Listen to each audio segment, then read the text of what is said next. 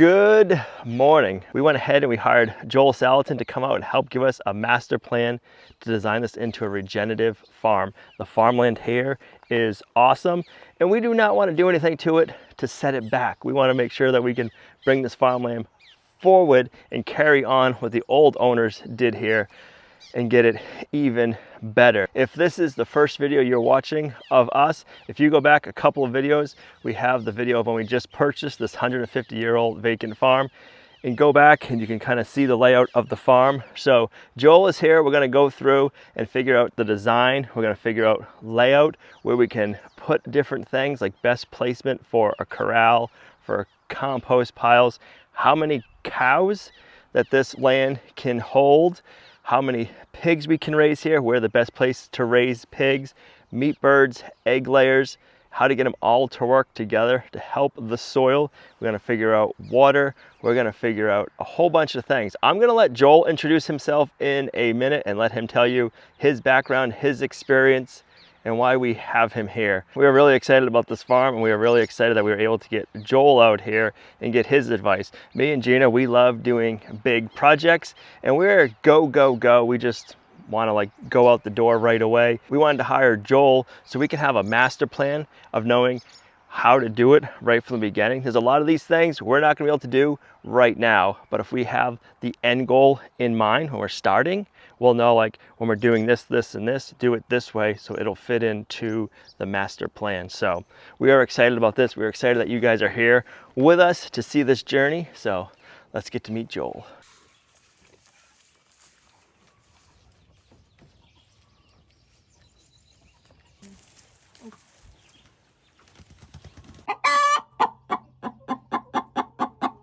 Thank you.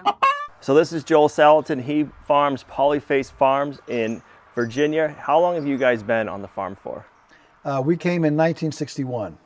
So you've grown up on the farm. I grew up there. I was 4 when we came, and grew up there. Yeah. So what do you consider yourself? Would you consider yourself a regenerative farmer? What's the title you give yourself? I like to call myself a profitable farmer. Profitable farmer. So right now, that always piques that attention. Works, right? So right now, how much farmland are you farming? So the original tract was 550 acres, roughly 90 acres open, 450 in woodland. And we have now, over 14 years ago, one of our elderly neighbors got old and his son didn't want it. And so we bought his 100 acres. And then 4 years ago, another neighbor got older and had 2 daughters. They didn't want it. And so we bought his. So we've now put together 950 that we own, 700 in woodland, 250 open land. And now we lease about 12 properties in the community. And so that puts us into the 1,500 acres of pasture. So we're actually managing a couple thousand acres. Nice. So now Joel says if you manage your grassland right, you can average $30,000 per year per acre. Yeah, that's what we get on our most intensively managed acreage. Yeah, when you stack, the permaculture idea of stacking enterprises, you get turkeys, eggs, broilers, cows, sheep, and you stack all that. They're not on the same square footage every day, but they are on that same acreage at different times throughout the year, and that complementary, synergistic production adds up to a total gross of close to $30,000 an acre, which is makes a big deal. Yep. We have hired Joel SALATIN to give us his wisdom of how he would set up this farm to be regenerative and to maximize the farmland and make this into a good working farm again. So now we're going to go around, we're going to check out the farm and get his ideas and his wisdom and his 40+ years of experience, because I know we don't have that. All right, so in here we have our run-in barn, and this is going to be the main barn for our cows. So we want to figure out the best way to set this up and how many cows we can have in here. And the great thing about Joel and all his wisdom is he has formulas and numbers for all this stuff. And he knows what we can run and what we can't run by figuring out square footage and looking at the soils, the grasses, and he can figure out how many cows we should be able to run and how many cows this barn can run. Yeah, so you need about 35 square feet in what we call the carbonaceous diaper idea. Deep bedding. Yep. Deep bedding idea. You need about 35 square feet per cow. So this is big enough for about 20 cows. Now, one of the critical elements, of course, when you go to the deep bedding, is the ground pressure. You know, the cows are standing up here on this bedding pack, and that's tending to squeeze the bottom of it to the walls. Yeah. Right, squeeze out. And so, you need walls that aren't real, rottable, and that are strong enough. Otherwise, everything just out. One of the most significant things when you go to a deep bedding situation is you've got to design and build your infrastructure so that it can handle that side pressure of the bedding. Now, this is a pole structure, roughly, I think, 15 feet between poles, and so that gives you a nice solid base, and just make your wall up. It doesn't have to be solid, it just needs to be enough to hold this material in. Your weather is coming from the southwest, it's coming in here, okay? And this over here, away from the wind, you can actually leave this end open, and that way you can easily get your carbon in here. As you need to. So we'll take the center down. Yeah, take the center down. These poles here, they're not anything structural, so they can just come out as well. Then you have an open space in here, and then when the cows come out in the spring, you put the pigs in, and the pigs will do your compost, and you're good to go. I like it. Leave part of this open as well, just to continue to give yourself options. Yeah, like close off So you one. don't close everything in. Yep. Maybe close off this first, but leave that one open. Yep. So you don't paint yourself into a corner. Right. So another thing we need is we got to figure out where we want to put a corral so we can handle all these cows properly. Yeah, and you want it to be all-weather accessible. Then you could actually load out right there. Back in right there, yep. I like that idea. Then you could sort animals in here easily. If you get new animals, you could bring them over here and kind of keep them quarantined for a while if you wanted to, and you'd have a separate. Yeah. If you came out here, I don't know, 12, 15 feet. With a roof from the roof out here, and you put your head gate, you could put your head gate up here at this end, and your load out up there at that end. You could have, 2 compartments here, plus that could add as another, in other words, if you bring this awning out here, then you could easily have even a bluff. Your cows are easy, so you could actually have a bluff here where you could let them out here. They could go in there, or you could even have a little bluff out here. You could put them out here. We use bluffs all the time. When they're well controlled, you can just put up. You can almost keep them in with baler twine. Yep. When they're well controlled. So if you have a corral overflow, you need a little more room, you just put up a little bluff over here and turn them out here. They eat some grass for a little bit, they're quiet, and you work what you got to work. So if you come off here with an awning, you could come out here with your head gate. That way you can get on one side, you can get on the other side, and you've still got room here for an exit gate that if you want to run one out here or at the head gate, you can let her out and she can go around and go in here or go out here. A lot of options. Once you get this lane here developed, because this lane here is going to have electric fence on both sides of it. Out here, at least across up to there to your center line. Right. Okay. Yep. And you'll have a gate here.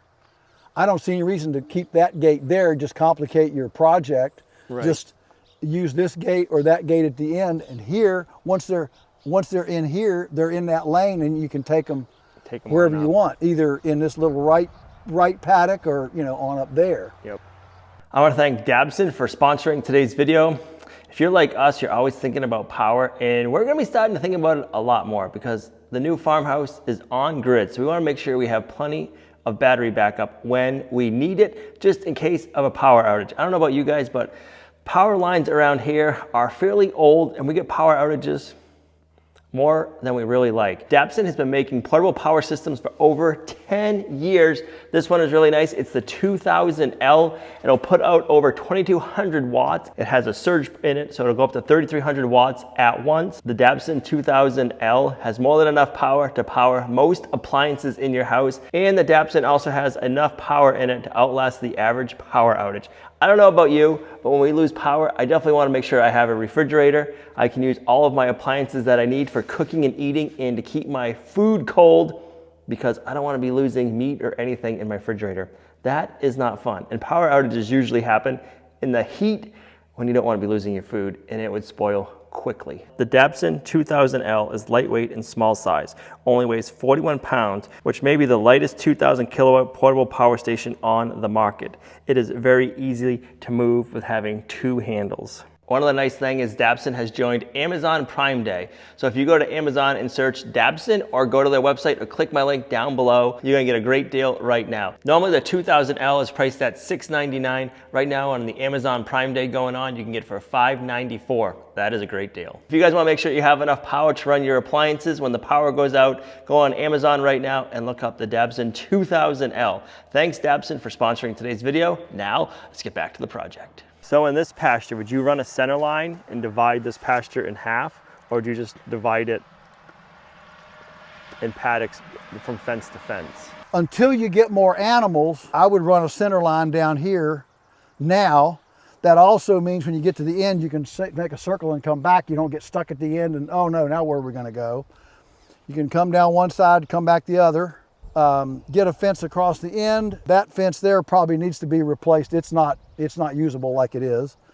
But run your center line, and you could go ahead and get them here and start down this side at a fifth of an acre apiece. This field is, I don't know what this field is. Let's say it's 8 acres.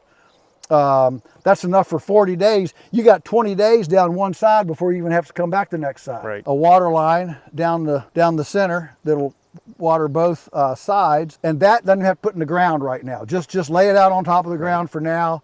That'll get you into fall, and because I mean you're trying to get here as soon as you can. Correct. With everything. Let your needs drive your infrastructure, not your dreams. Make your beauty be the healthy land and the animals.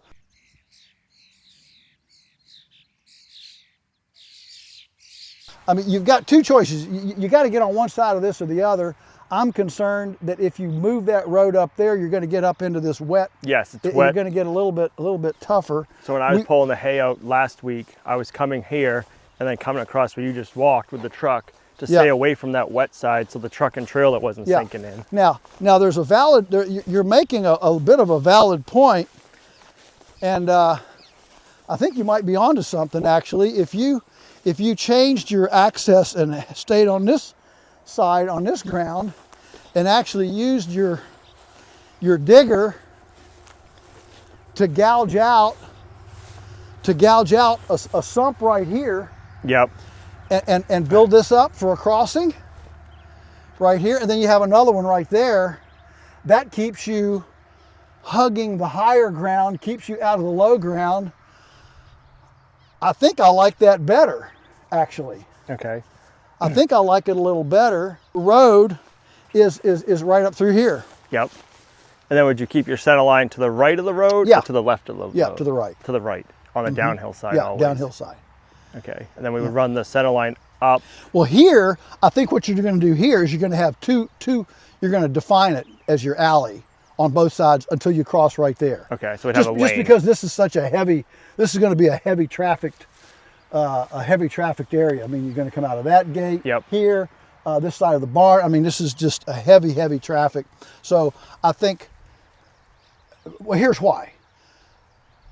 Because when you're up there, let's say you're making hay up there, and the cows happen to be in here, you don't want them in your road where you're going back and forth. Yep. So from basically here, here up to, after you make that crossing there, you want a clearly defined lane so the cows can be here or they can be over here, and you can work and you can traverse this without bothering the cows, without having to put them somewhere else because, you know, I'm going to be traveling up and through here every day. And everything else is center line until and unless you actually want a developed lane there. Okay. We can make a compost pile out of that and then spread that on the field.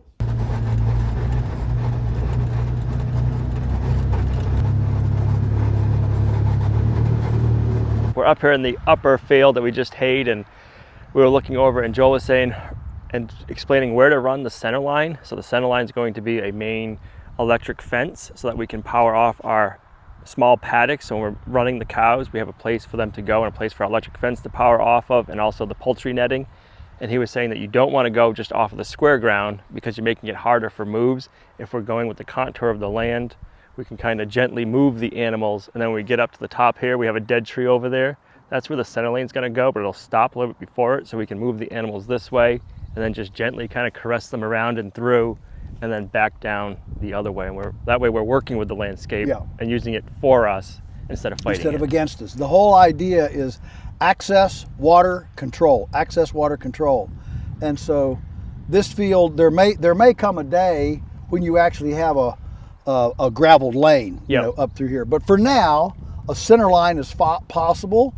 Is a lot easier, and so that center line is going to be on one side of where an eventual lane would be if you put it in. And so what you're after is to cut this field in half, because again, the paddocks are going to be small enough. If you go all the way across this field, they're going to be real long and skinny. You want them to square up.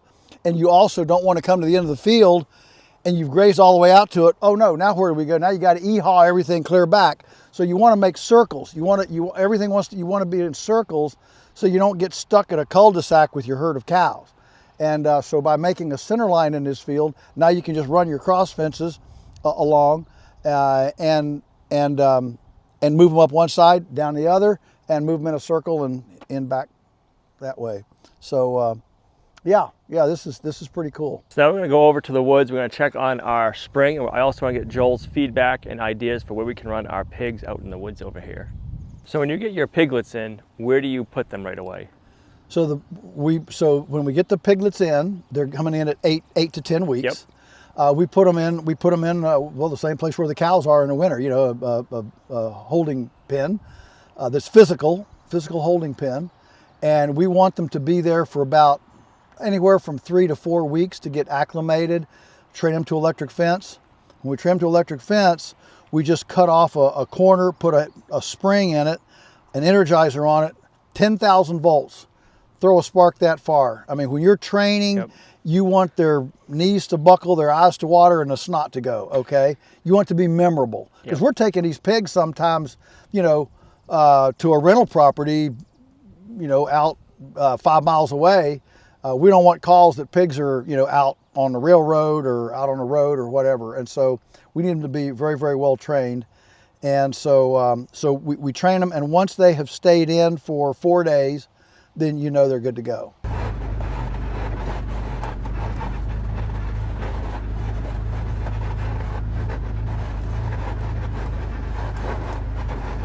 So we're just into the woods a little bit now, and we got our forest here on the left, and to the right we have a nice access road coming in, and this actually goes down and you can come back out on the other edge of the property, and then further up we'll get up there is our spring. So I want to get Joel's opinion on setting up in here for the pigs. This is just ideal. There's a little bit of slope here, but it's not much. Yeah, so this is a very typical wood lot in New England certainly, and actually most of the U.S., where it's got too many stems per acre. It's weedy, and you know, the Native Americans. This is one of the biggest misnomers that these woods are some sort of a native. No, Native Americans burned routinely because they didn't like thick woods like this, because somebody could sneak up on you. Okay, and so they liked open, what we call cathedral type woods. So I'm a big permaculture fan in that what we need is more forest and fewer trees. So every acre will only support so much what's called basal area. In other words, if you took the square inches of every stem in the acre, an acre will only actually handle X number of stems. And once it goes over X number of stems, then everything starts getting stunted. Okay. And so what's happening here is that there are so many stems that everything that's here is being stunted. And so now this is an early successional forest. You can see it, you can tell by all the pine trees. Pine trees are early succession. The hardwoods are later succession. And the pine trees actually, require 100% sunlight. The deciduous trees require 50% sunlight. And that's why the coniferous trees act as a nurse crop, a nurse tree to create the next succession of hardwoods. So here you can run an electric fence out through here and put pigs in here. Pigs will start rooting up the ground. You can come with a chainsaw and start daylighting some of this ground and open up the canopy so that you get enough light on, and this can turn into a silvopasture where this whole floor becomes covered with grasses and forbs, and you have widely spaced trees that shade the pigs and maintain the overall forestal dynamic. But meanwhile, you're generating $12,000 an acre raising pigs. So for me, when I think of silvopasture, the end goal is you got your silvopasture, then later you can run the cows in there. Is that a goal for you with silvopasture, or you just use it for pigs always? It was initially. Yeah. But we make so much money with the pigs, you'll never make $12,000 an acre with cows. Okay, so you just keep running the pigs, and every year they have better forage. Yeah, we keep running the pigs. And the pigs too, Al, they with your electric fence, the pigs will come in and they'll root up under that electric fence, so you actually get a berm, almost like a rice paddy, around, which acts as an erosion control. Nice. If you're in here in like a thunderstorm and the pigs really tear it up and you get a bunch of rain, those berms around those edges really support a lot of conservation of any silt. But I mean, you've got some magnificent pine trees here that are actually in jeopardy of going down. I mean, they're going to start dying now because they're early succession trees. They don't live 200 years. Right. So what I'm hearing you tell me is I need to get a sawmill. Yeah, everybody needs a sawmill. Yeah. People ask me, what two pieces, what equipment do you really need? And so the equipment that I suggest that you really need is number one is you need a four-wheel drive tractor with a front end loader on it. Check. That saves your back. Yes. Okay. And you can do so many things with it. And then the second thing is a sawmill, which then brings all of these construction projects, whether it's apprentice housing, a sales building, eggmobile, a gobbledygook, whatever it is, a carbon shed. It brings everything into financial affordability as soon as you have that sawmill. Secondly, if you have a chipper, all this dead stuff, all these crookeds, all the junk can go through the chipper. That becomes your compost. Now you've integrated your forest and your open land, and your biomass, your forestal biomass, becomes the fertility driver of your fields, and you have an integrated system rather than a segregated system. So wood chips are an amazing, wonderful thing. The walls down there at the thing, right there is what you're looking for. Exactly. And the nice part is with this trail access and being on the edge of the field, like this is an easy... Oh yeah, absolutely. And you just have your pig paddocks off the sides. Right. So here we have our spring house, which gravity feeds from here down. So now we need to think about how we're going to get water access. If we have the pigs up here, do we use this spring and put a pump up here and pump it, or do we try to go for another water source for the pigs up in this area? The nice thing about electricity is that it doesn't care whether it goes up or down. Right. Water does. And so there's a couple things you could do here. One is, I mean, you've got a reservoir in here. Yes. Whatever it is, 400 or 500 gallons. So what you could do is go up here high enough to gravity feed to the pig pastures, and once a week with a little pump it up. pump it up to an IBC tote up here or two, and gravity flow it down. That's something that we've done, and that way you kind of hybridize. You don't have to run true power to this, and yet you get your gravity to the pigs. Pigs don't drink a lot of water. They're not like cows. I mean, 50 pigs on a day like today, hot day like today, 50, 200-pound pigs are probably going to only drink at the most 100 gallons, 2 gallons a pig, probably not even that. So, a couple of IBC totes of 300, 400 gallons can handle a lot of pigs, once a week, and you just pump them full. Some sort of little cistern and just gravity feed it down. I think that's the best option too, because it's going to be less of a project than running power up here, and it's going to be a lot more affordable to do it and quicker. This is a very fertile, man, I mean, this is a beautiful woods. It's just thick. Yes. It's just thick. It needs to be thinned. So one of the nice things about having Joel here, or getting somebody else from the outside coming in and looking, is getting their perspective. So we see rocks all the time, and to us they're kind of a nuisance. Well, yesterday Joel was saying all these rocks, he sees them as money makers and selling them as landscape rocks. Yeah, unhewn stone. There's a real market for that, unhewn stone. We have a lot of them. Yeah, you sure do. Lots. Big, and they're beautiful. They've got different hues, shapes, and sizes. And when we first did our road up the mountain and had a bunch of big ones, we just put them down by the sales building and put a price tag on them, 30, 40 bucks, and we'll deliver them to you for another 100 if you want.